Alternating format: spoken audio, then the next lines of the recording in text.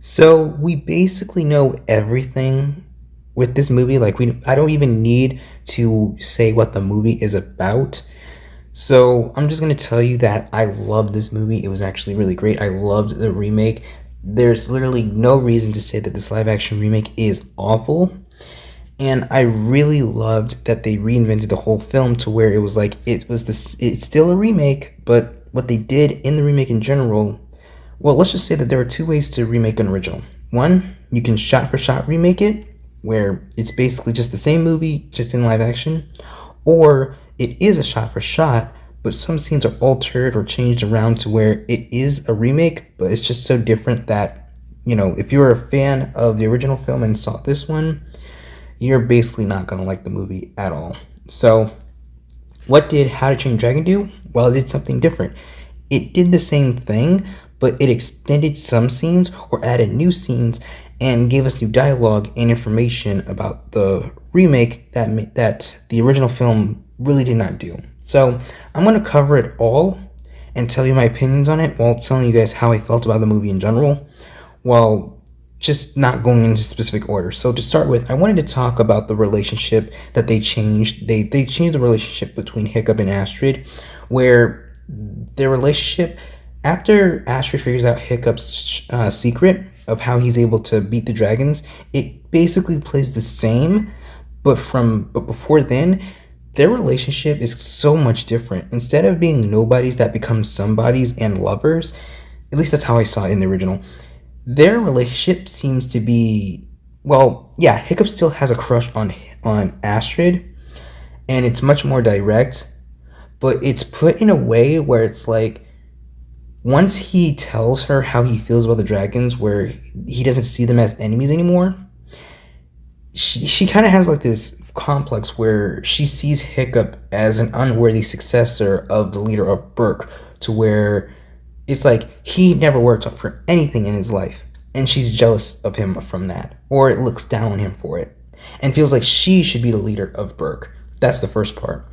And there's that time where they fight the Natter, and she doesn't scold Hiccup. Instead, she scolds him last. She seems to scold the whole group and then Hiccup. And I kind of like that big change here. And from there's not really much to say from here. She's based after she knows the truth. Well, okay, well, then there's that time where he beats the Grunkle, and her crash out is much more, it has more detail than the original. It seems more realistic, and I kind of understand because it's live action. But then after that, she basically plays the same role after she figures out about Toothless and the Dragon's Nest. She basically knows it's basically played out throughout the entire movie. But even so, I really did like it. And then there's the relationship where with Hiccup with the rest of the gang, where it seems like Snotloud has a bully-like antagonistic role towards Hiccup. It's not played a lot, but it is implied a lot that he is jealous of Hiccup early on in the film franchise. Where in the Cartoon Network series, it's more implied there, but it's never implied anywhere in the franchise. But it's put in here, and it's all for the because of the fact that he wants to, just like Hiccup, Snotloud wants to impress his dad. He wants him to look, he wants to be like him. He wants to say that he's proud of him. And I love how it's developed throughout the entire film. It gives Snotloud in this movie much more character than just because he wants to impress Astrid because he's into her. And I like that they changed it up more and gave him more to do with from there. And it's also in the books. I just want to bring up the books for a second. They say that Hiccup and Fishlegs are friends. Like, they're friends with each other, and Fishlegs is kind of like there whenever Hiccup is bullied by Snotloud, because Snotloud actually bullies Hiccup. And we do kind of see that in the remake. We don't see it a lot, but enough for it to be like, yep, they're friends. Another thing is that Rough Nut and Tough Nut are actually held back, as in they were supposed to be Vikings fighting dragons forever ago, but they were held back by, I believe, 3 years. And yeah, it doesn't seem like they're going to be joining the rest of the Vikings anytime soon. Like, they're like the oldest trainers in the group, and it's just really weird.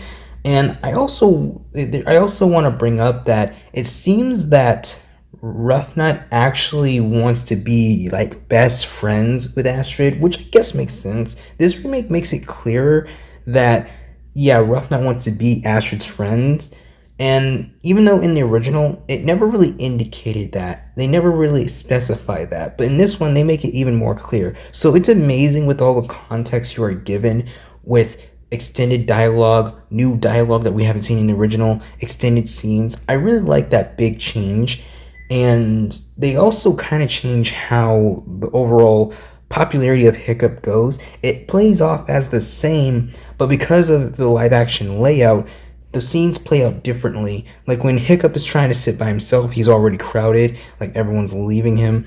I also really like how in that one training scene where Astrid's trying to train for herself, it's played differently. When she's trying to get her axe, Hiccup, she doesn't catch Hiccup. Like when she's training, when she's training, Hiccup, she doesn't catch Hiccup's eye. Like when she sees him, he's usually standing in the original, but when she's getting her axe, she catches him when he's walking by, and when she's trying to follow him, she passes the river. But once she gets there, he's nowhere to be seen. And I really like that little change. They had to be a little more realistic, and I like how they went that route as well. And when you watch the original film, where the Red Death is coming out, you actually see people die. You see the Red Death stomping on people. You see bullets falling on them. I didn't think they were gonna do that, and it's weird. And it's weird at first, but then that weirdness goes away, and you're more like fascinated that they went this route. And I also really like the final battle here. But before we get there, I want to go back to this part. I do love the designs that the dragons look like. I like how they're realistic while still trying to look like their animated movie counterparts. I guess it makes sense for Toothless to look the most like his animated movie counterpart, whereas the rest of them look like actual dragons. And I do like how the Monster's Nightmare really looks on fire. And let's see what else is there. I also like how Hiccup is trying to show that they don't have to kill the dragons. I like how it's building up. And when the Monster's Nightmare is trying to kill Hiccup, I love how they add the scene where Hiccup is trying to climb out of the ring, but then the Monster's Nightmare is almost getting him. And I also really like the confrontation between Hiccup and Stoke in this version of the movie because it plays out the same in the original, but with how it's set in a live action like setting, the emotion is much more grounded, and I really like how it plays out in the scene. And I do also like that one scene where Astrid asks why Hiccup couldn't kill Toothless when he found him in the woods, and he specifies that he couldn't. And even though it's the same, I still like how it played out overall. And then we go to the final battle, and I actually really liked it. I liked when everyone else came into play, and it made sense why they couldn't film it the way that they did in the animated film. Instead, we see them face first in dragons, where they're riding the dragons, and I will say that I actually still liked it. I also liked how they were training the rest of the dragons, but they changed it up. Instead of the Monster's Nightmare being the first dragon out, it seems to be the last, and it's soon revealed that everyone else is training their dragons, so it's not like it's the last one to train Hook Fang. And I actually like it, but it was a bit of a surprise that they were already training the rest of the dragons. And I also liked when the Red Death was trying to get Astrid. Instead of it using like its super breath to suck the dragon in its mouth, she actually got Stormfly's tail, and Astrid went into the mouth and was like jabbing the teeth out, shattering the teeth out, and I really like that too.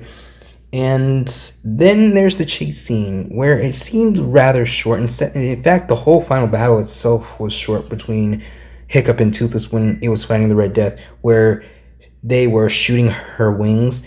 And in this one, still don't understand how the Red Death exploded after, with the fire in its mouth. But movie's gonna movie, I guess. Logic is gonna logic when movie's gonna movie. So overall, I still like this movie.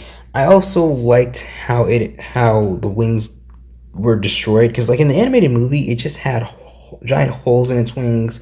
But when the wings were destroyed, it really was destroyed. Like there were gnashes, there was gouges. It just looked like it couldn't fly at all. Like with the Red Death in the original, it looked like within time it could still fly again, like it could heal. But in here, it looked like it could never fly again. And I really do love the redesign for the Red Death. Although I liked the original more, I liked the direction that they were going in the live action. Then we go over to the ending where it basically plays the same. But what I love the most is that Hiccup takes off his blanket and he sees his leg. It's not like he feels that he can't feel it, and it's when he moves the blanket and then it's revealed. And a part of me kind of wished that he didn't lose his leg, but it was where I was like, yeah, it's fine. He got rid of his leg, okay.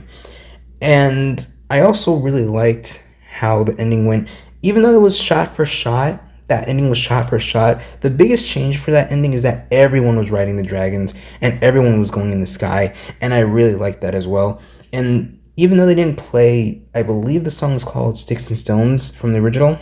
I I was kind of upset that they didn't play it in the end credits for that movie, but in the end, I still enjoyed the movie as a whole. I love that they did the same thing with every other remake where they basically did it shot for shot, but what they did was do it in a way where we had more dialogue, we had more scenes, we had more interactions. We got what we didn't see in the original and made it just as good as the original. I say that both the original and the remake are both good. There's no in between.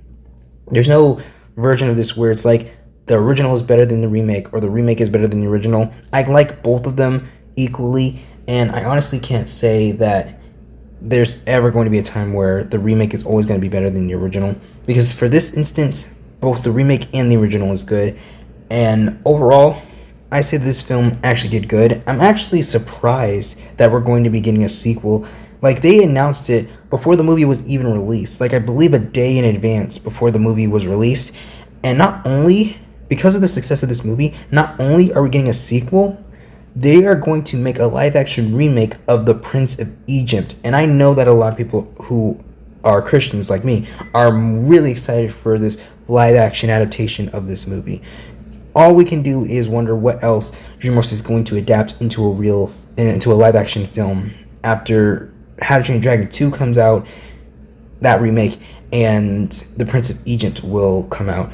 But overall, here's my rating. I'm going to give the story a 9 out of 10. Now, although the story and what they changed in there and extended and a lot of other stuff, it's not the same reason why I gave the original a 9 out of 10. It's just that it is good, but I basically watched the same story. So it's just a 9 out of 10 for that reason. And the movie will also get a 10 out of 10.